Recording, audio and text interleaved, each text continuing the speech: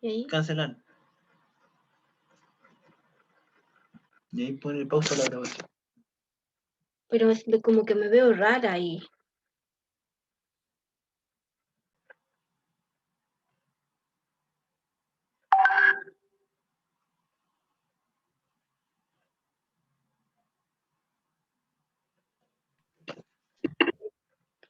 Hola, Gabriel, Hola, ¿qué tal? ¿cómo te ha ido? Aquí Bien. estamos. ¿Vamos y nadie más? No, pues todavía no llegan. Ahí estamos esperando. Es que a veces se demoran unos minutos. Ah, ya. Yo ¿Qué tal? ¿Cómo estás, Karina? Ah, ¿Cómo has estado? hoy con tanta cuestión, que tantas cosas, porque la Valentina defendió la tesis el jueves pasado, ¿Ya? entonces eso fue un lío porque ayudarla a todo lo que venía y todo, y eso no estuvo como bien harto tiempo. Mm. Y después nos metimos en las elecciones, ¿cachai? Que me metió como vocal y hoy terminé de madrugada contando votos prácticamente.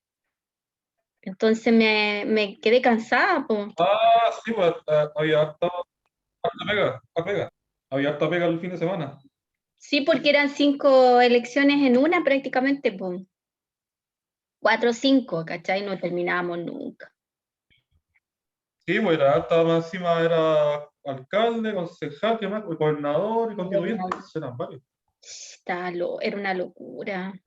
Y Mm. lo otro que viene la cuestión del martes que estoy haciendo, estoy yo pidiendo la ayuda a otras personas y todo para ¿cómo se llama? Hacer la cuestión del 25, pues, lanzar desde el museo y todo, que ellos me lo propusieron entonces cumplir ahí y ¿Cuándo? ¿El 25?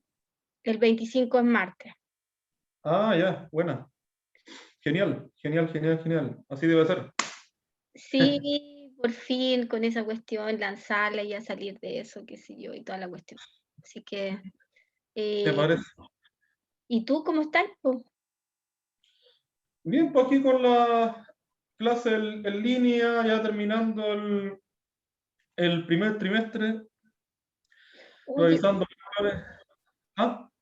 eso como que están terminando, no en julio, sino que ahora, ¿o no? Como que 3 meses. Terminando el primer trimestre en mi caso, que Oh, por parte por trimestre. Así que ahora en mayo finalizo el primer periodo. qué bueno en todo caso, porque vaya a tener cuánto tiempo, igual cuando empiezan después, ahí vaya a tener unas pequeñas vacaciones o nada que ver. En junio comienzan, no al tiro, comienzan al tiro. Es como, no es como el semestre que es 2 meses, es 2 semanas, sino que al tiro empieza. O sea, el 1 de junio empieza el segundo trimestre. Chuta, ¿y cuántas horas tienes? A ver, tengo como 20 horas más o menos, sí, como 20 horas. Igual, piola. O sea, no son todas las horas, pero algo es algo. Pero es harta pega, sí, igual. Pero hay que realizar cosas cada vez que. Más encima en línea distinto, No, en línea es horrible. porque no se conectan, no, y además que hay que estar todo el día frente al computador, igual es incómodo. Sí. No, y mucha gente como que no prende la cámara, tengo amigos como que no prenden la cámara. Claro, no, pues los estudiantes no, la mayoría no aprenden. O sea, ni siquiera uno contado, son los contados los que hablan. El resto está ahí como, es como una. Yo hablo, hago actividad y es como un perfil ahí. Qué terrible. Está- No, claro, y uno o dos te intervienen, pues. Uno o Claro, dos son los que, pues, como si sí, le pues nada. hicieran clase a uno. Claro, al final le hacen clase como los que hablan, ¿no? Y el resto está ahí. O sea, les digo que me escriban pues, para comunicarse. También lo hacen, pero no hablan pocas veces y menos se conectan, menos la cámara. Chuta, qué lata esa cuestión. Pero en Sí, todo caso, es mejor eso porque el tema de las cámaras es complicado, porque hay una política del colegio que establece que las cámaras de repente se puede prestar para cosas malas, que por seguridad, pues, porque se puede exponer la imagen del estudiante en línea, en línea. Por eso igual yo estoy de acuerdo con que no se muestre o sea, si quiere mostrarse bien, pero debe estar autorizado por el apoderado. ah, ya. Porque, claro, el tema de como son menores de edad, al mostrarse en internet, aunque sea una imagen de una clase en línea, igual puede como... Es una política, porque puede eventualmente esa imagen que está en línea del estudiante, puede, no sé, pues, vas a saber tú un hacker, no sé, que se meta y le saque la imagen, después eso lo usa para fines, ¿cómo decirlo?, oscuros. Así Puro, que, claro. claro, por seguridad se prefiere no, que no se muestre. Está bien, estoy de acuerdo, estoy de acuerdo. Hola, Javier. Hola, hola. Hola, Gabriel. Estábamos hablando de las clases en línea que de repente no se muestran los estudiantes. Entonces, como si Ah, estuviéramos hablando solo así, qué locura eso. Y al final de repente parece que es mejor porque le hacís como clase a uno y en el fondo tenéis que hablar así, dar actividades y todo eso, ¿no? sí, bueno, eh, yo creo que históricamente la clase es una conversación, entonces necesariamente la interacción es algo que también comunica, pues hay todo un tema incluso gestual Todo, que po. también es significante, como aprendí. Sí, pues y esa cuestión está perdiéndose, po. Perdiéndose porque Claro. la mayoría de los niños, generalmente uno el que conecta la cámara nomás, son 30, 40, ¿cuántos tenés, Gabriel? Claro, son como 40 máximo. Imagínate, no, es Mm, mucho, Son caletas. claro, imagínate y después corregir todo eso, ese es el tema.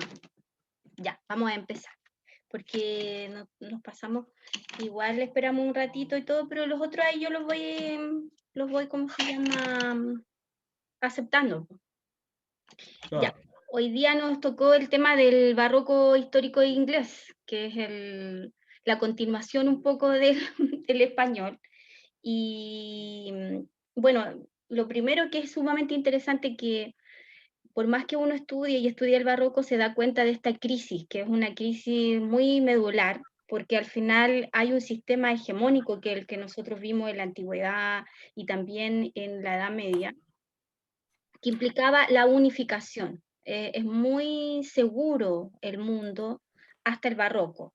¿Por qué? Porque hay un sentido único, unificador, y de hecho por eso prima tanto la unidad, ¿no?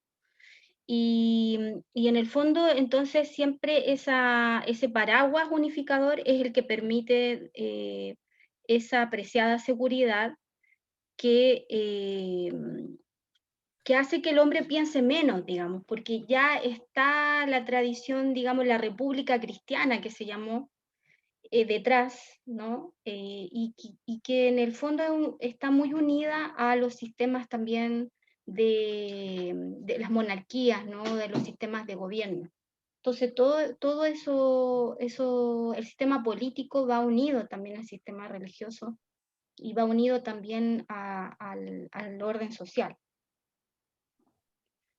Entonces, lo loco que en el barroco ese sentido unificador se enfrenta a una profusión de las formas. Y esa profusión de las formas es lo que de alguna manera siempre nos ha llamado la atención. Ese horizonte como epocal que se involucra en todo, pero principalmente en lo literario, en la música, y también principalmente se dice que la arquitectura es el lenguaje del poder, también en la arquitectura, ¿no? Y en la escultura y en todo lo que nosotros hemos ido viendo de eso a través de la educación.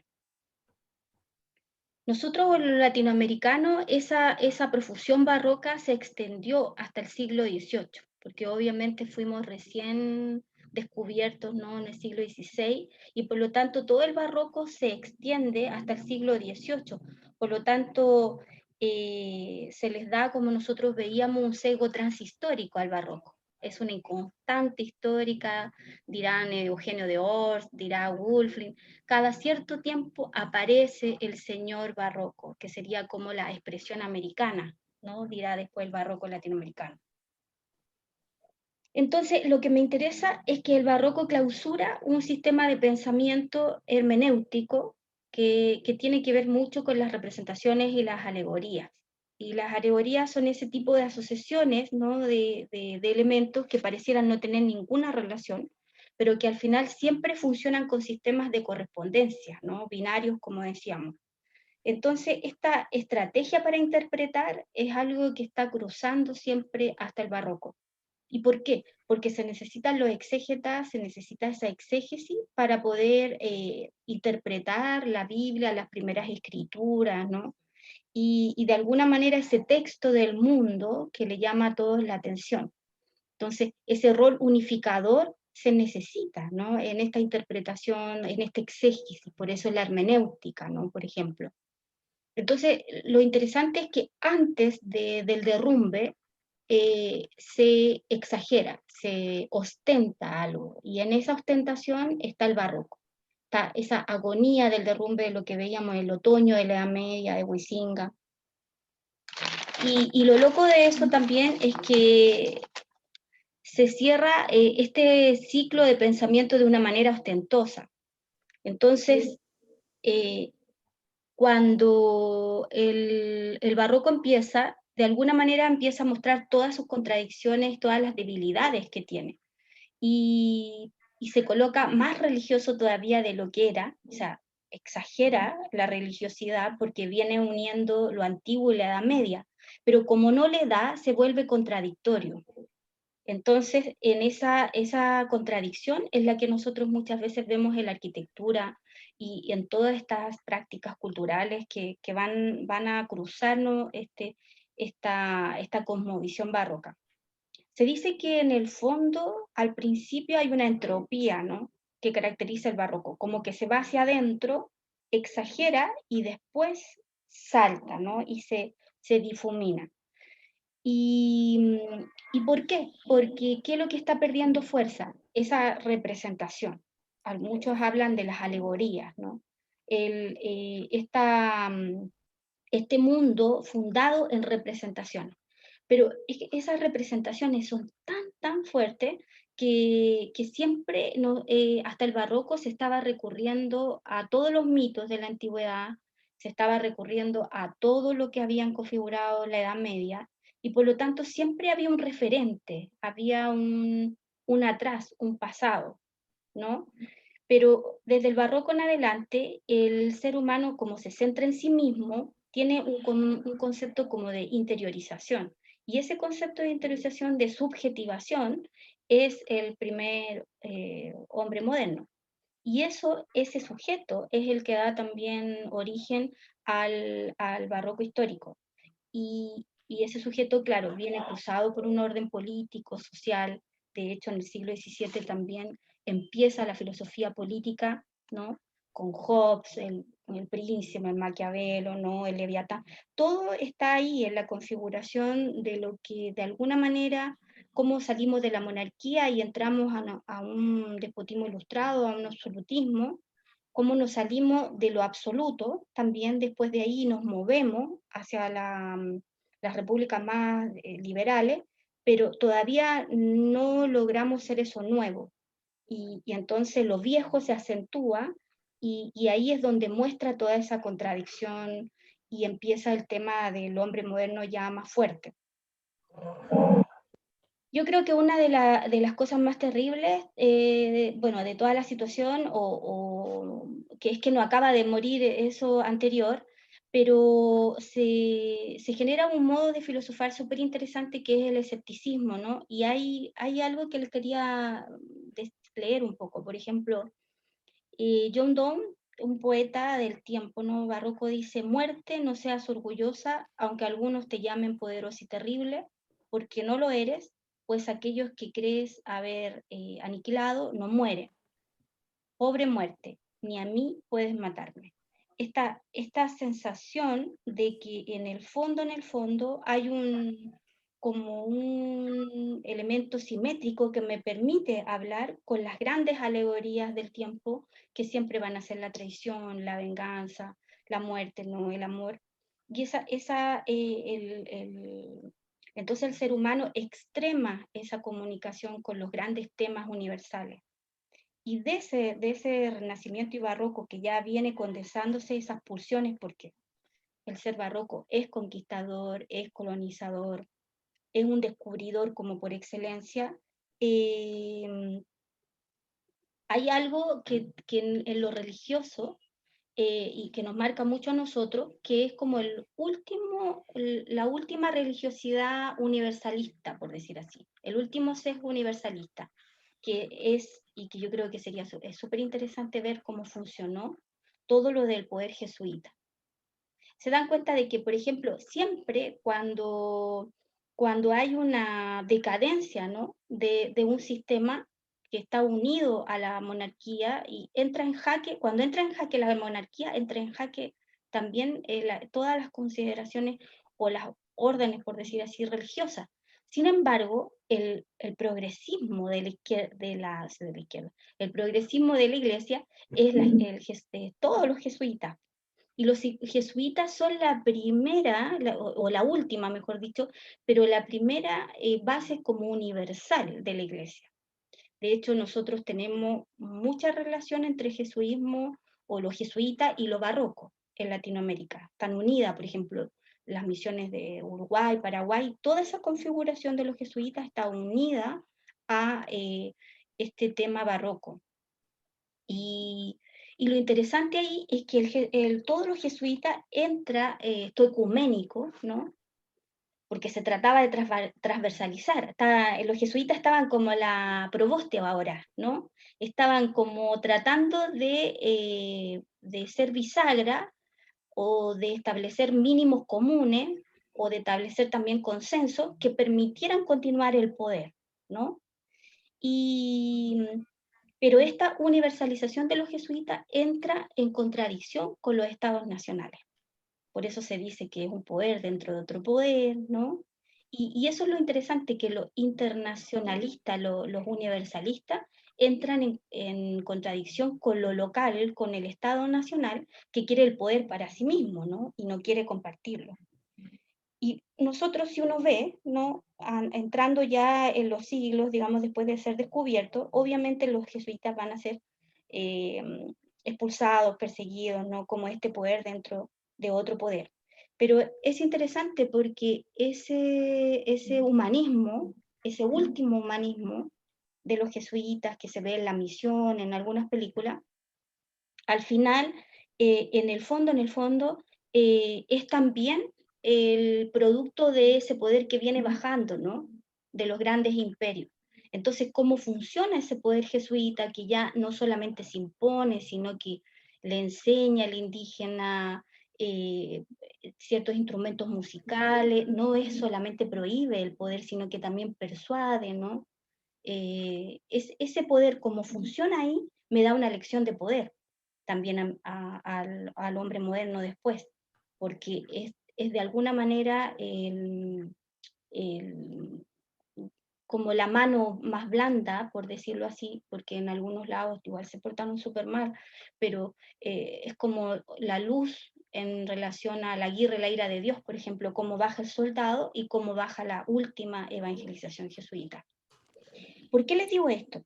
Porque no es menor que mucha gente tenemos, bueno, como los yetos de la católica, que se dediquen a esto, ¿no? A como investigar los jesuitas. Claro que para ensalzarlo, para fundamentarlo, ¿no? Pero uno podría hacerlo con un espíritu crítico, ¿no? Uno podría hacerlo mejor. Bueno, este resquebrajamiento de las monarquías, entonces, al final, toda la estructura material del poder siempre lleva a estructuras espirituales, siempre. Eso es loco porque todas las prácticas culturales también me pueden hablar de cómo funciona el poder. Entonces, a los que les gusta la política en un sentido amplio, en el fondo, al ver las prácticas culturales como están funcionando, incluyendo las órdenes religiosas y todo lo que se lleva adelante, los símbolos, porque la alegoría muchas veces también fue homologada a símbolos también, los símbolos, ¿no? Es como yo extiendo este modelo teológico del mundo. ¿Cómo yo lo logro extender? Ya no me funciona al estilo más integrista de los ¿cómo se llama? De la cosa más religiosa fuerte, ya no me funciona la monarquía, entonces genero el despotismo ilustrado, ¿no? Si ya no me funciona el integrismo en la iglesia, entonces saco a los jesuitas. ¿Me entienden? Pero es como yo logro o siempre quiero extender ese modelo teleológico del mundo. Y eso se empieza a resquebrajar ya en el siglo XVII, porque el individuo, a pesar de que sigue creyendo, dice, no, hasta aquí nomás llega porque acá hay una paradoja, ¿no? Es verdad, esto está así, estas son las prácticas culturales, pero se está derrumbando. Hay una episteme, hay un sentido epistemológico que se está derrumbando. Entonces, a ver, espérese porque voy a ir a la imita.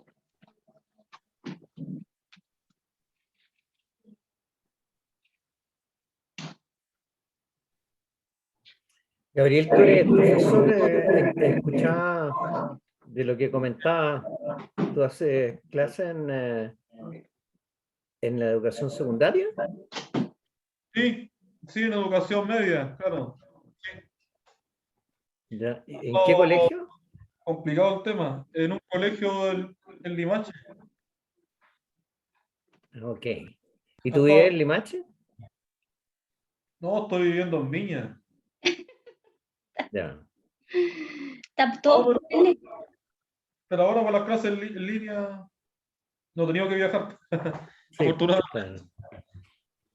Pero no Bien. sé cuándo irán a volver. O sea, se supone que en el paso 2 hay retorno a clases, pero obviamente no es obligatorio. O sea, van a hacer clases mixtas. Esa cuestión es ridícula porque yo me acuerdo que en marzo tuve clases mixtas y iban cuanto como 5 pelagatos y el resto estaba en la casa. Po. El resto tenía que hacerle clase al mismo tiempo en la sala y a los que estaban en la casa, como súper raro. Es como que los que estaban en la casa te veían en la sala y al mismo tiempo estaban alumnos en la sala.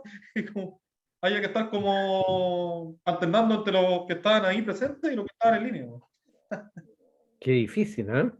Como súper como 1984, ¿no? Como Orwell. Sí, el literario, Claro. total. Y exigente también para ti, porque salieron memes y todo, que los profesores aquí y allá como pulpo, Claro, como o sea, tenía que estar como que- improvisando prácticamente, así como sobre la marcha. O sea, por ejemplo, claro, de repente se caía la conexión y había que estar esperando un deseo.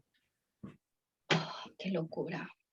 No, o sea, como en esas condiciones, como hacer clases formales, no se puede. No se puede. No. Pero finalmente hay entrega de contenido, o sea, tú que en una temática de tanto pensamiento, Sí, lo que pasa es que lamentablemente, bueno, ya que están las condiciones distintas, por supuesto, a la normalidad, hay que adaptar todo el plan, claro, la didáctica. O sea, igual el currículo es el mismo, pero es que al momento de aplicarlo cambia todo. Porque de partida, por ejemplo, ya esa modalidad virtual, ciertas cosas no se pueden hacer. Por ejemplo, eso de trabajar en grupo, más difícil, que más el tema de exponer menos. Además que ni siquiera hablan, con suerte se conectan y súper difícil trabajar así. O sea, yo lo que hago es como trabajar, no sé, por lectura, harto texto, lectura y nada más, pues, escritura. Porque, por ejemplo, actividades en grupo, eso que había que juntarse, no se puede. O sea, bueno, está el espacio físico, no está el espacio, no se puede. Por mucho que se quiera, no se puede. Además que uno no tiene constancia de lo que están haciendo los chicos al otro lado. Uno está en la casa, solo. ahí hay que Ya, aplicar la mayéutica, funcionar mucho con preguntas para que cada uno se vaya claro, hay que empezar a respondiendo. aplicar como retórica los recursos que uno cuenta. O sea, el internet como los recursos más asequibles. Pero así como manejar como manejo de grupo no se puede. Pero fíjate que a lo mejor estamos también coincidiendo con lo que plantea Karina en una crisis de ciclo, De representación. claro, y estamos, digamos, se está defendiendo el sistema, pero las exigencias del acontecer obligan a otras Sí. formas y entonces por eso aquí lo que te preguntaba es en relación al objetivo final de tu clase, que es traspasar el concepto, traspasar la información. Entonces, sucede esto, tal vez en realidad la forma mayéutica de ponerle preguntas y que vayan descubriendo te conduce finalmente a que se genere el conocimiento, bueno, claro, cada uno de acuerdo a su interés, su participación. Sí. Perdón por pero para conocernos un poquitito más. No, sí, estaba pensando que en otro momento también nos podíamos conectar para hablar de otras cosas y tantas cosas, ¿verdad? Porque entre ustedes tampoco se conocen, pues. Tú conocías a la Eva, sí, No, Gabriel, pero el Lalo no. El Lalo, No. y la María José también se inscribió de nuevo y de nuevo no pudo venir y me da lata por la guaguita. O sea, me Pucha. refiero a que no pueda por la guaguita venir, Ya. ¿me entiendes? Sí, pero sí, como que concuerdo Sí, que está no complicado el tema de la educación, ¿no? Está súper complejo el panorama. Además que, claro, ya por ejemplo, ya se descarta de plano la educación, como por así decirlo, igual chistoso como pre-COVID. sí. Porque ahora la cuestión del Mm, virus ya está instalado, o sea, ya hay como una nueva política al respecto, no solamente educativa, pues, sino que a nivel de sociedad, pues ya hay como una nueva forma de organizar todo. toda la dinámica social, pues todo está cambiado. Por ejemplo, el mismo virus no se sabe, por ejemplo, hay paso a paso, pero ya ese paso a paso implica como algo distinto a lo anterior. O sea, Sí. nunca va a ser 100% como antes. Siempre hay que estar tomando medidas, distancia, una cosa permanente. A pesar de que ya no hay cuarentena, pero igual hay que estar como ahí como, claro, con ciertas restricciones, y eso afecta por sobre todo en el tema educativo. Y ya los cabros, bueno, me han hecho sentir también, yo les he preguntado en ciertas actividades. Y evidentemente los cabros, claro, hay un cambio brusco ahí, que muchos están, bueno, con depresión, otros que les cuesta, que prefieren lo anterior, otros que igual, pero no, claro, es una cosa como súper complicada. Es un desafío constante. Y que escriban también, yo creo. Qué loco eso. Sí, pues una sí, cuestión. bueno, eso. Claro, y tal vez manejarlo, hoy día mis nietos están todo el tiempo conectados con el teléfono y en los juegos, en fin, entonces ahora la educación debería ser como a través de juegos. Eh, Claro, también ahí, bueno, por internet me manejo harto, o sea, aunque igual tengo que también considerar que no todos tienen conexión, de hecho. Algunos que a lo mejor con suerte se conectan al celular, otros más privilegiados tienen computador, pero el resto tiene que estar como, no sé, pues, de repente no tienen buena señal, se conectan del teléfono de, no sé, pues, de la mamá, de la abuela, no sé. Y hay que como adaptar esa situación también a la realidad, pues. O sea, es súper complejo, es todo un desafío, No, como y los digo. profesores no tienen esa capacitación tampoco. No, No pues hubo la cuestión que yo, capacitación del gobierno para que pudiera como manejar más todos los medios, porque de hecho están solamente usando el Meet, me parece, de acuerdo a las plataformas del gobierno. claro, Entonces, como que ciertas plataformas, pero no otras. Entonces, tú tienes que restringirte frente a esas plataformas. Por ejemplo, el Rodrigo hace con el británico y tiene posibilidad de dejarlo en sala a los alumnos. Entonces lo hace trabajar en grupo de 4 o 5, ¿me entiendes? Y sin embargo, el programa de los gobiernos, obviamente, como es más caro y todo, te ponen el más barato y no te permiten esa sala. ¿Está? Entonces también implica una dispersión enorme de la comunicación, porque uno nomás se conecta, se ve, uno participa y todos los demás son fantasmas y puede que ni estén ahí. claro, es el tema que uno no tiene como, claro, al no haber como espacio físico, no estar ahí en presencia, uno está en ausencia, uno En está en ausencia. fantasía. Por Uno no pone supuesto, con constancia de los que el están al otro efecto, lado, o sea, uno el confía que están efecto, nada más. ya. Oye, ya sigamos. Hoy en relación a lo que decía el Javier, claro, aquí está el tema de que este desorden barroco, porque al final todo es quien mantiene el control. Entonces, el desorden barroco genera también como que lucha o se enfrenta al buen gusto clásico. Entonces, siempre el barroco fue considerado como algo de mal gusto, ¿no? Entonces, también ahí siempre, si ustedes se dan cuenta, se repiten esas cosas, ¿no? Se repiten como que el control de la realidad, y quizás todo esto se homologa mucho a lo que pasó en ese tiempo, lo que estamos pasando ahora. Porque obviamente la realidad se está imponiendo por sí sola frente a todos estos mecanismos, todas estas políticas, ¿no? Que no logran tampoco dar el ancho para esta situación real que ya se expandió y que, como dice Gabriel, ya nunca va a ser igual que antes. O sea, ya vivimos ya en otra realidad. Entonces, y eso hace también que el barroco se relacione mucho con el ser posmoderno, con la famosa posmodernidad, que eso lo vamos a ver también cuando unamos todo lo que hace Benjamin, los teóricos más contemporáneos, lo que hace Foucault, porque de alguna forma están pensando esta posmodernidad. Entonces, en el fondo, las alegorías de Cervantes, las alegorías también de Shakespeare, se vuelven así como la última república cristiana que se trata de traer, ¿no? desde atrás, pero en el fondo, tanto el tema de Hamlet como el Quijote van encarnando la figura, ¿no? Una figura mucho más compleja, mucho más compleja. Entonces ahí ahora vamos a entrar, o más ratito, en ese análisis un poco de lo que significó todo este teatro, ¿no? Este teatro de alguna forma isabelino, o ese teatro shakespeariano. Nosotros hablamos de que en general toda la episteme hasta el barroco estaba basado en el ingenio. Eso es muy interesante porque el ingenio y también esta capacidad creativa, inventiva, de nuevo nosotros la vamos a usar en el 18, la vamos digamos, a encontrar de nuevo en el 18.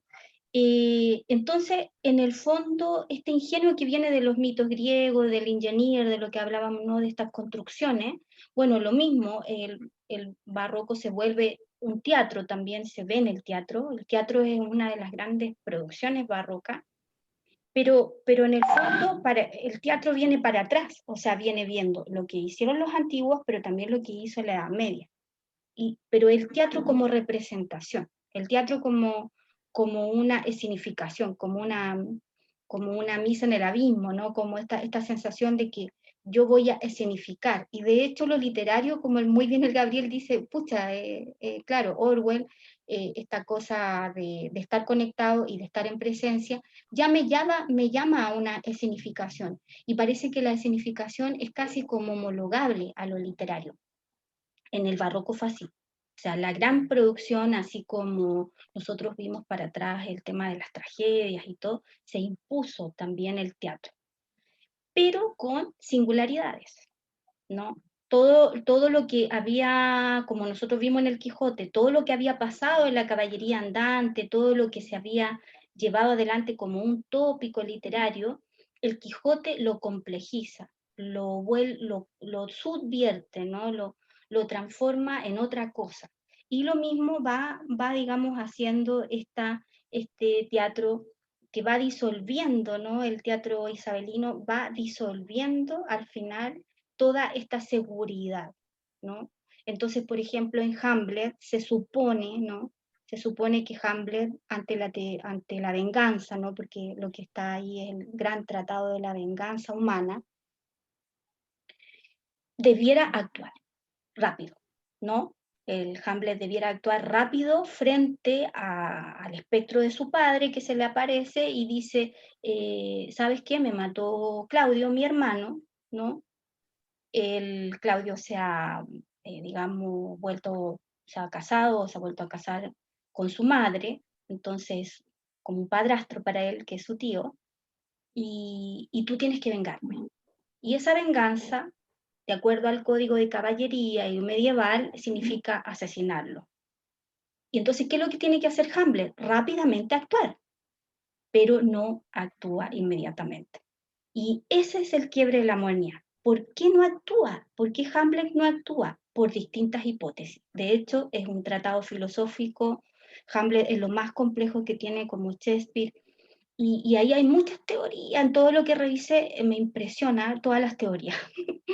O sea, no actúa porque tiene problemas psicológicos, no, no actúa porque tiene códigos morales, no actúa porque algunos dicen que tiene una desarrollada intelectualidad y que por lo tanto tiene que pensar primero, reflexionar, porque él, si bien viene a restaurar el orden, ¿no? La autoridad en Inglaterra era el que restauraba el orden, y se ha roto un orden. ¿Por qué se ha roto un orden?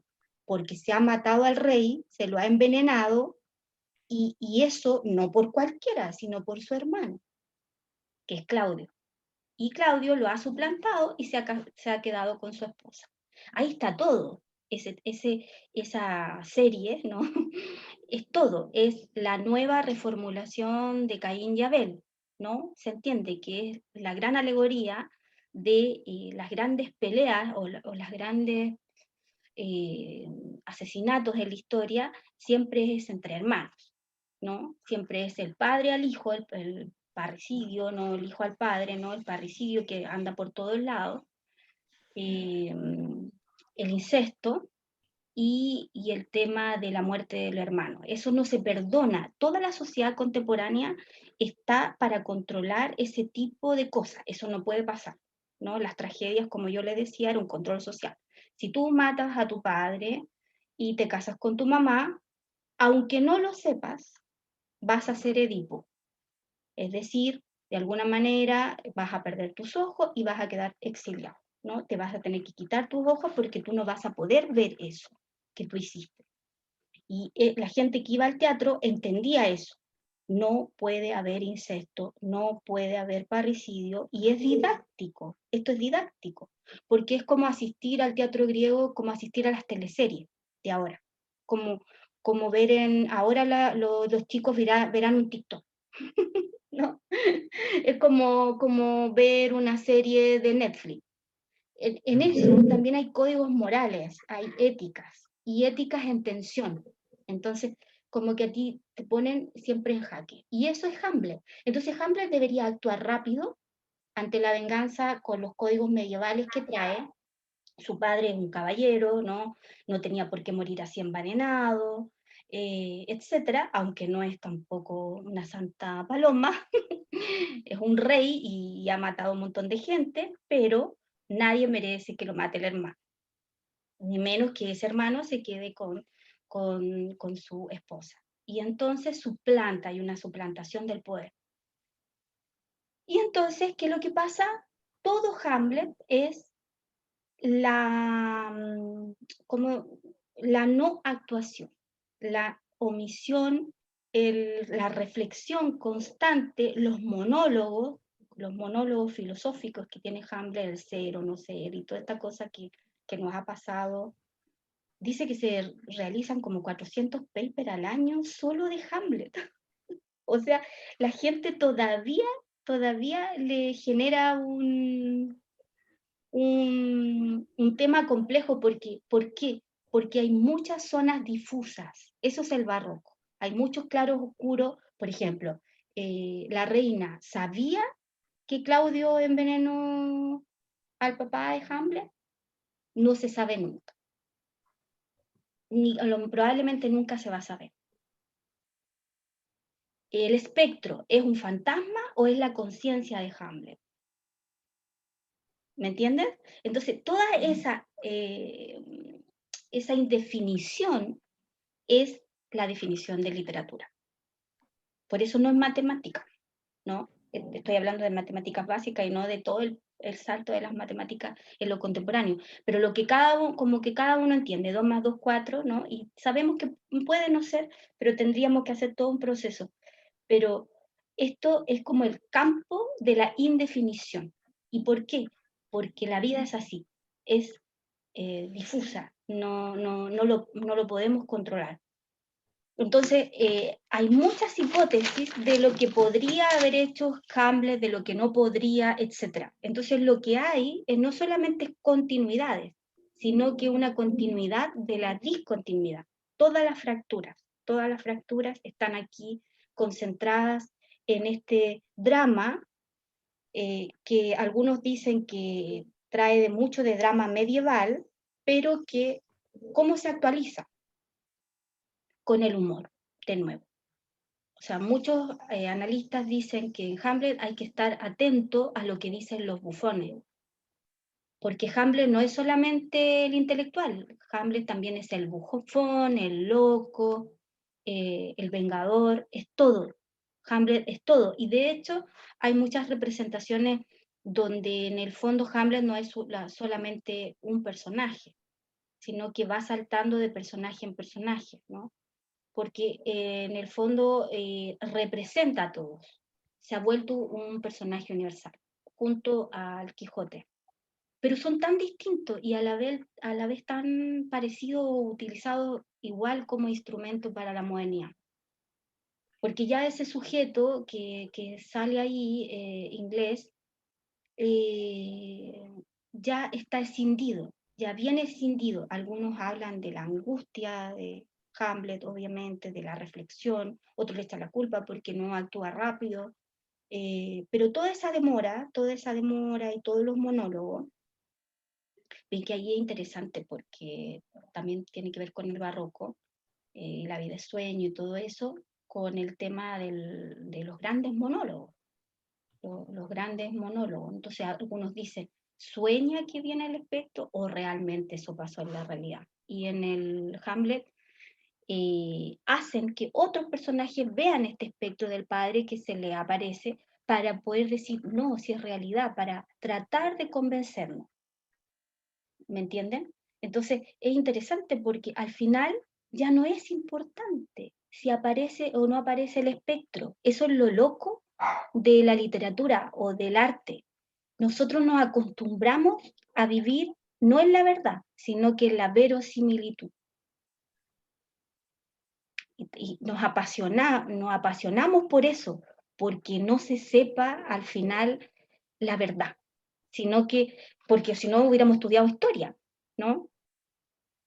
Entonces, lo interesante, porque incluso la historia también es una metainterpretación, una interpretación de esa historia. Entonces, sabemos que depende de quien construya la historia o quien haga la historia, no sé, Vial o Salazar, va a haber interpretaciones también de la historia. O sea, la historia también es un discurso y también está cruzado por esto. Pero, ¿qué es lo más indefinido de lo más indefinido? Esto, la literatura. Entonces ahí es donde se juega Hamlet.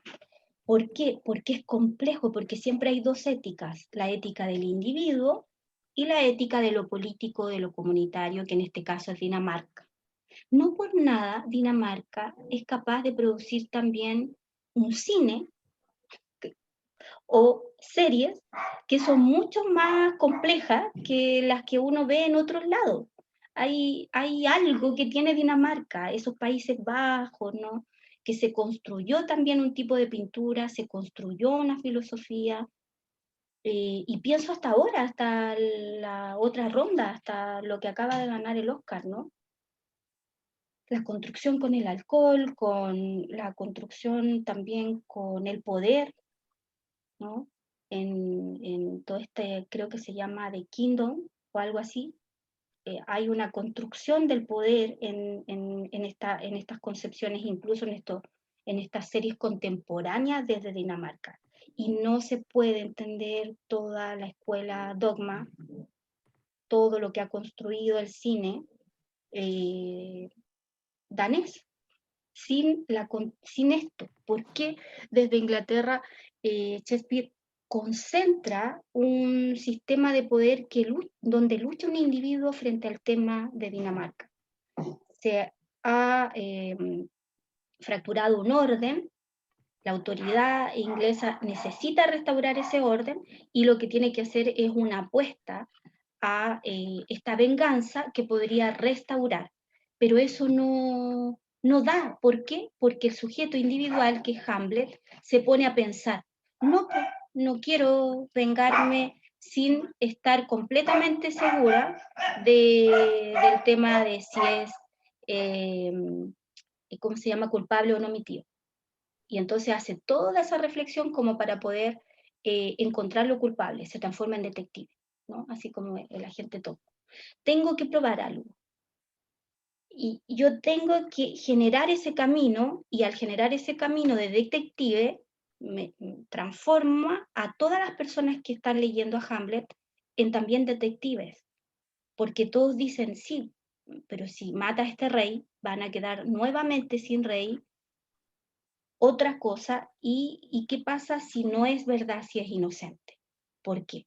Porque Hamlet no quiere cometer un pecado.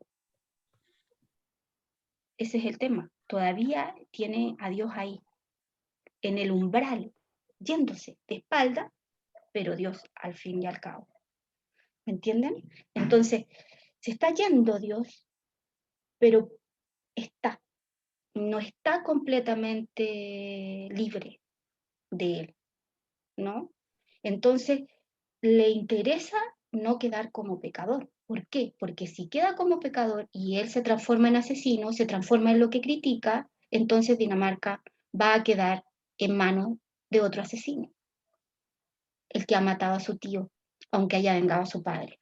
Y en esa relación, ¿no? De código también patriarcal y masculino, porque la mujer ahí nunca se sabe si sabe o no sabe, ¿no? Como esas tretas del débil, ¿no? Si sabe o no sabe, y ya no importa si sabe o no sabe, a veces el texto me hace pensar que sí, otras veces me hace pensar que no. En este intertanto, todos los que se juntan al poder de Claudio van muriendo uno tras otro. Ofelia, Laerte, todos los personajes que rodean a Hamlet, igual que en el poder, como se ve ahora con lo que acaba de pasar, los que se van juntando al lado del poder quedan como traidores y van de alguna manera muriendo, porque solamente le queda la locura y la muerte, ¿no? A Ofelia, cuando Hamlet empieza a ver que ha sido traicionado. Cuando se acercan a Claudio, quedan como traidores, cuando se acercan a Hamlet, se salvan.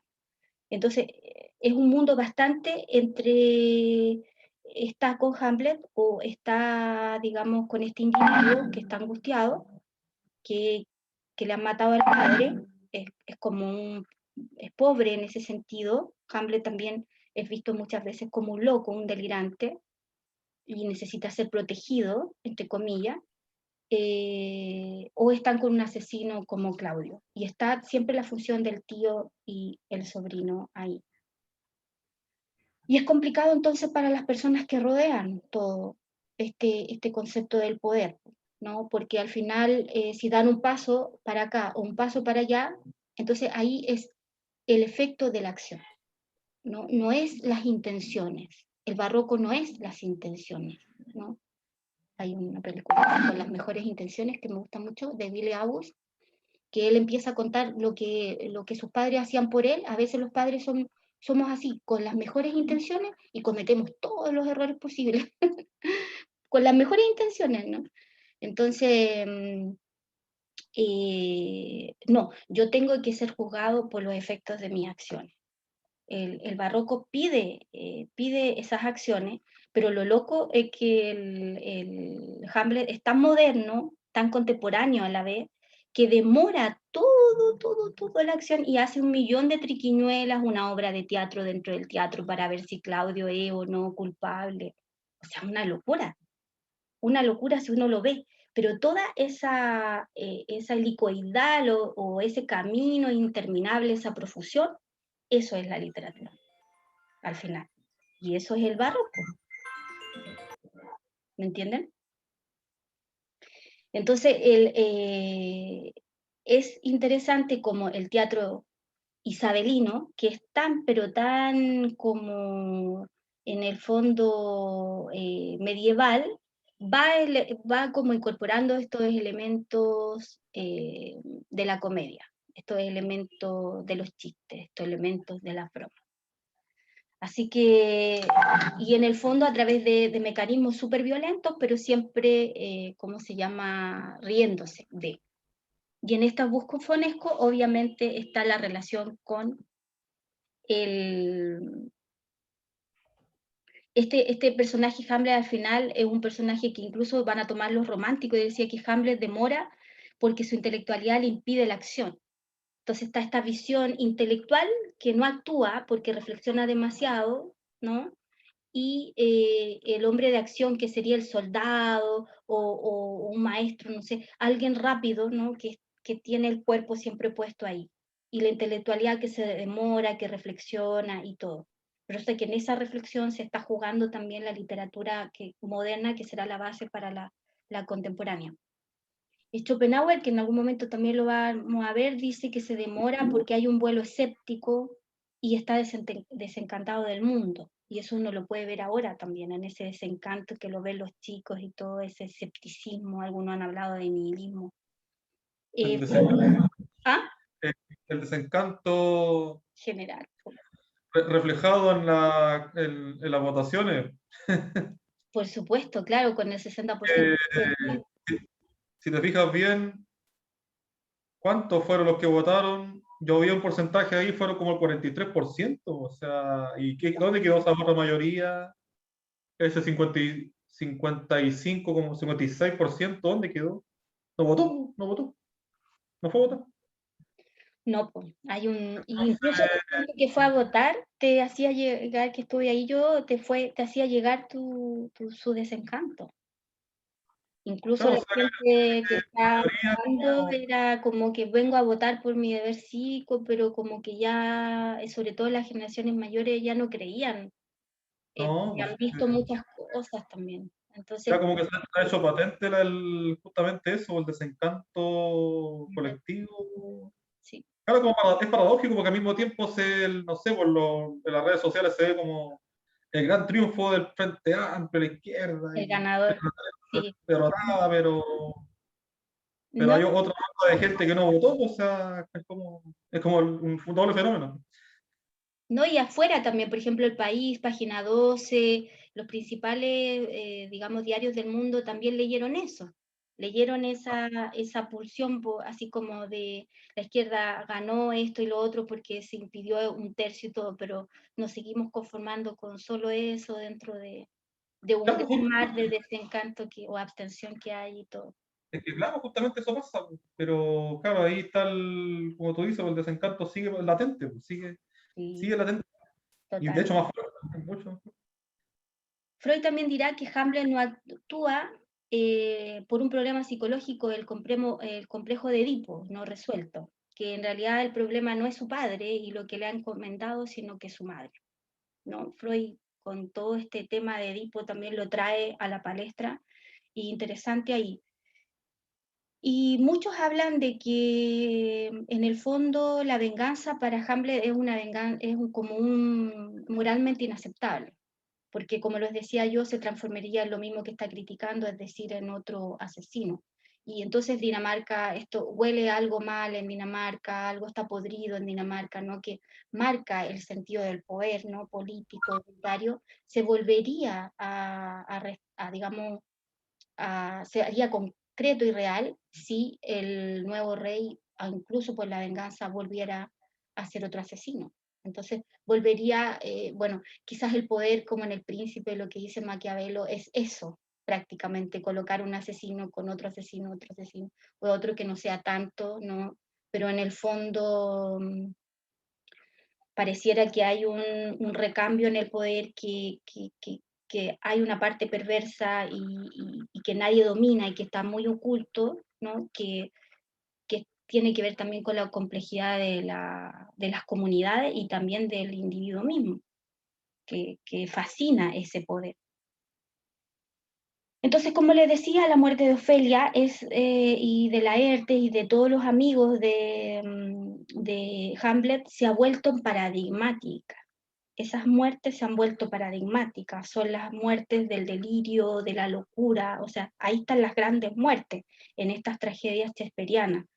¿Y por qué? Porque está el afecto ahí metido, pero siempre en relación al poder y al acercamiento a Claudio o al acercamiento a Hamlet.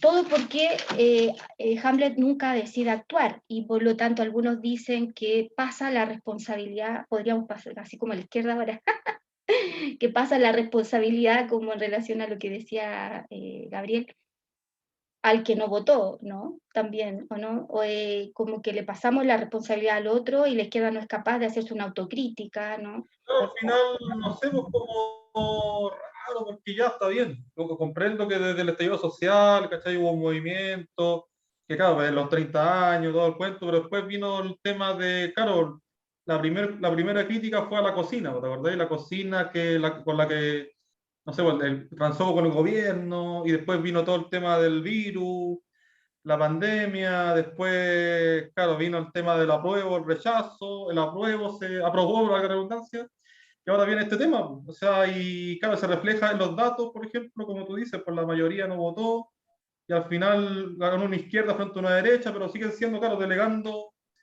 sigue siendo como los políticos, pues, sigue siendo como el mismo sistema que delega justamente la responsabilidad frente, se supone, a una mayoría que como que no participa, pues, o sea, no hay una realidad, ¿no? Sí. Como debería ser, pues, una cosa participativa realmente. Bueno, No sé, la Maca Ripamonti, la que salió alcaldesa de Viña, habló de la cocina del Frente Amplio también. claro, O sea, justamente de existe- cómo se sacan los mismos de adentro, los mismos de ahí lo critican, o sea, ¿cómo sí, será? Pues?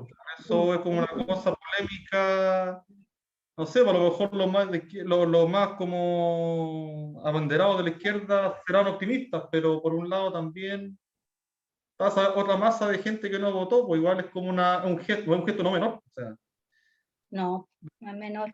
no No, es y lo menor. mismo que votamos, también tenemos una crítica al sistema, o sea, con Claro. vuelta y todo, no se puede ser tan así, no sé, pues, también salió Narea diciendo, no sé, pues, hablando como que la gente que no votó escuchaba reggaetón y trap, ¿no? También No, esa relación entre música no, no, y intención de no, voto. no. Bueno, No, porque de hecho como la mayoría, pues, o sea, la mayoría escucha eso, ¿no? Pues como y sí, es un universo ahí como, claro, como toda esa gente que no votó, que la mayoría es como un universo de un espectro como indeterminado, para mí como una masa como informe, sí, que es como una fuerza latente, porque puede derivar a algo bueno o bien puede ser como algo, no sé, sí. es como, no se puede determinar, pues como un grupo de gente que a lo mejor el factor común, como tú dices, el desencanto, frente a la repulsa, frente a este sistema que hay. De todo lo que está pasando. Claro, Bueno, todos los personajes de Hamlet están cruzados por esa venganza, pero además se contagia, así como la copucha y como estas cosas como cuando dice la calumnia en el Barbero de Sevilla, dice la calumnia va subiendo, va subiendo, va subiendo. Bueno, esto mismo, la venganza va también contagiándose a propósito de lo pandémico, ¿no? Entonces Hamlet le tiene mucho miedo a que esa venganza también se expanda. Ustedes piensan que igual Shakespeare se relacionaba así más con un radical, con un jacobino, dicen algunos, ¿no? No era un girondino, no era tan moderado y por lo tanto estaba relacionado también con la corte. Como autor está relacionado con el poder y sabe cómo maneja el poder, por eso funcionan así. Agarra los grandes temas universales, pero en relación siempre a los afectos y el poder. Y por lo tanto, ¿qué es lo que es entonces las obras shakespearianas? Una gran lección para este tipo, para el tema de las emociones, pero también de política.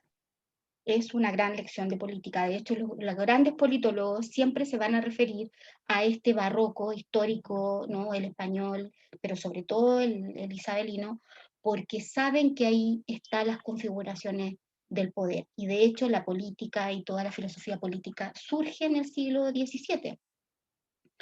Entonces, la tragedia, porque esto es una tragedia al final, terminan casi todos muertos, se salvan solamente, quedan como dos, ¿no? Y increíble que siempre se salva el bufón, siempre al final queda alguien que va, creo que queda Horacio para contar la historia y el próximo poder, el bufón por ahí, ¿no? En el fondo es pensar la política, ¿no? No sé, esta tragedia se transforma en un instrumento para pensar la política. Entonces, estas prácticas culturales también permiten que surja la filosofía política, está en función. Piensen, por ejemplo, en la política de Aristóteles y cómo está en relación con la poética y todas las tragedias y todo eso, ¿no? Entonces las grandes configuraciones están imbrincadas. Entonces ahí también, de alguna manera, piensen en Hobbes. Aquí está Hobbes, el Leviatán, el necio, el loco, el idiota, que bueno, la gran configuración de Dostoyevsky, me gustaría verlo, ¿no? Pero que en el fondo el idiota o el necio te está diciendo en parte la verdad y en parte no, te está jugando al doble del discurso.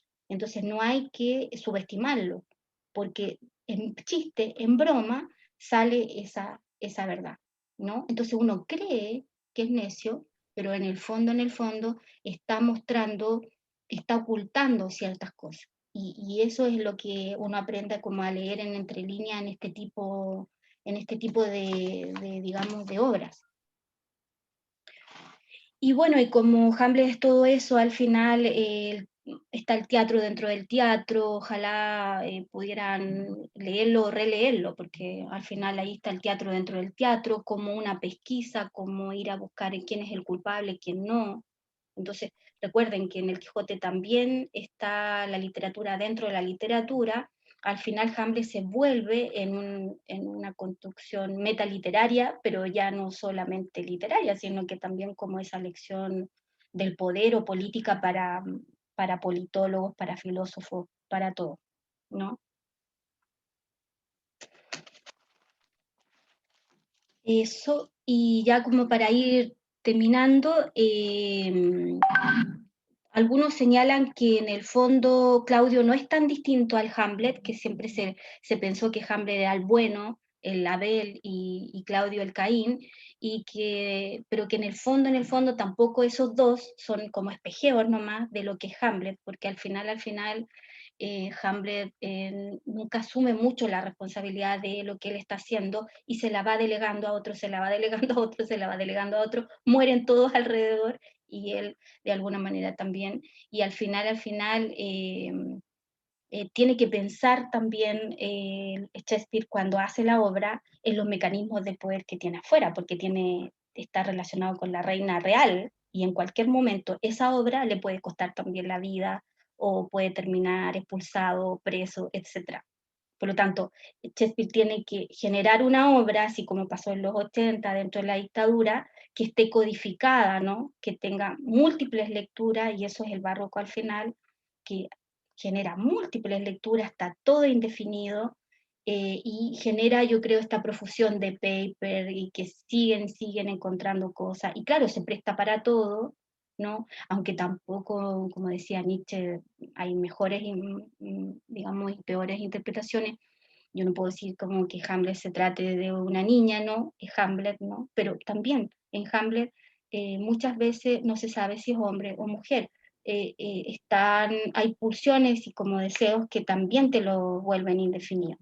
Entonces eso también será muy contemporáneo. Ya no importa ya no importa esa identidad así, no tan fuerte de lo medieval, no tan vertical, sino que todo se vuelve más horizontal.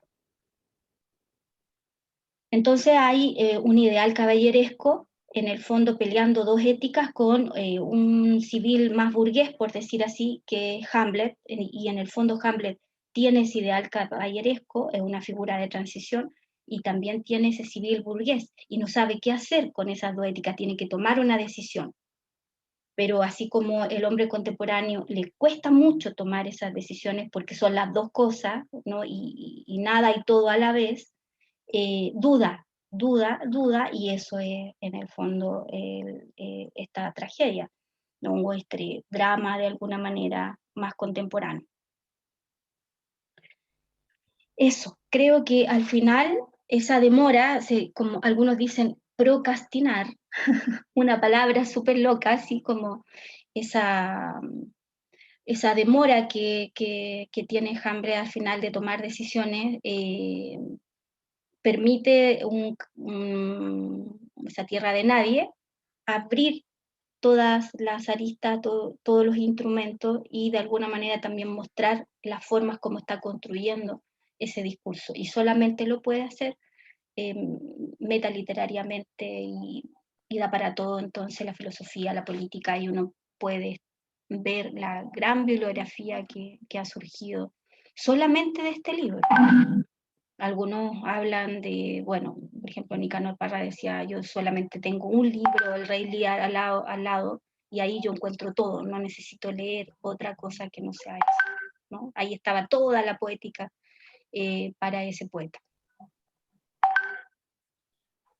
Sí, interesante, Karina, el parangón que hiciste, no, genial, el parangón de Hamlet con la política, es que está más que contingente, o sea, Sí, yo leía y leía y decía, era como estar ahora, o sea, hay mucha relación y me dio hasta miedo porque dije, chuta, o sea, y además tener la pandemia encima, o sea, algo muy medieval, como, es una cosa muy como shakespeariana, sí, sí, por así es. sí, se presta para, es literario el tiempo que estamos viviendo. Y bueno, algunos hablan de la distopía y toda esa cuestión que se ha vuelto realidad, pero como dices tú, pues, o sea, ya se alteraron todos los parámetros y Sí, ya pues, no, se normalizó una cuestión que no es normal, o sea, el andar con mascarilla todo el rato, que más la distancia social, todo. no es normal, pues, o sea, y se normalizó.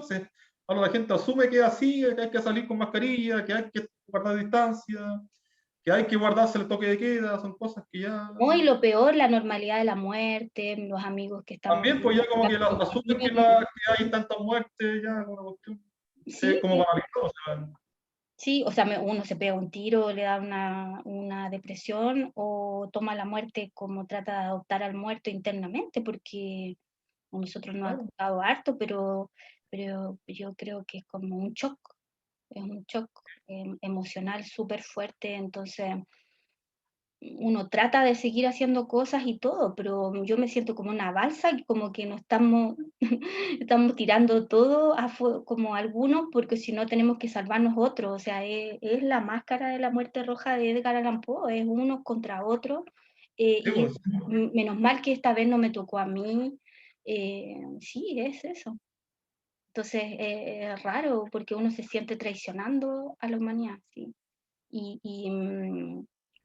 Y claro, lo otro sería anularse y excluirse completamente. Y yo creo que por eso tú hablas del suicidio y todo eso, porque se dispararon las enfermedades mentales, no se sabe, porque ya estábamos mal, entonces ahora con esto... sí, pues es una crisis, Wow, no solo sanitaria, sino que una crisis humana. total, sí, total, completamente. Ya, pues, muchas, hartas cosas. Sí, no, da para largo. Javier, comentar, fue más hablado, porque como estábamos más poquitas también. Hoy que lata que los otros no vinieron, los extrañé. Sí, bueno, es sin duda algo que me hace reflexionar mucho y lo estoy asociando con lo que estamos viviendo. Sin duda, eh, por lo menos esto que te has explicado en esta sesión, tiene mucho que ver con lo que nos está pasando. Yo tengo siempre la tendencia a buscar una alternativa más optimista, más que siempre en estos torbellinos hay la emergencia de oportunidades, de situaciones nuevas que obviamente pueden algunas ser más negativas, pero pueden ser otras mucho más positivas, en el sentido de que aquí hay sin duda un desafío, como lo conversábamos con Gabriel como profesor, en estos nuevos escenarios, esta multiplicidad de alumnos en la sala, otros en la casa, otros desaparecidos, submarinados, en fin, y cómo en su mente ahora tiene que estar buscando la forma de aportar y de llevar el contenido bajo esos diversos escenarios. Entonces, aquí hay sin duda un Gabriel como profesor potenciadísimo, porque está siendo desafiado, está siendo exigido para poder cumplir su cometido con escenarios muy diversos, ya no es una Dinamarca, es una Finlandia, es una Rusia, en fin, que se les está multiplicando como... y entonces, claro, es muy posible que muchos caigan en el camino, esos amigos de Hamlet que mueren, pero eventualmente con el legado que nos deja Shakespeare y Hamlet para la reflexión, para la filosofía, sin duda eso nos lleva a un enriquecimiento. Claro, yo creo que esto, por un lado, genera el desencanto, y la verdad es que me hace fuerte este 56% de no ser, no, o sea, están pasando cosas tan importantes y simplemente son unos indolentes. ¿Cómo es posible que no participen?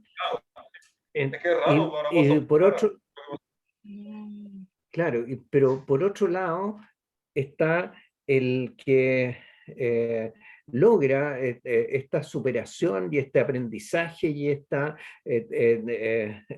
enriquecimiento a resultado de los desafíos, a resultado de las crisis, a resultado de la necesidad de superar algo que no está dentro del estándar, que no está dentro de lo normal.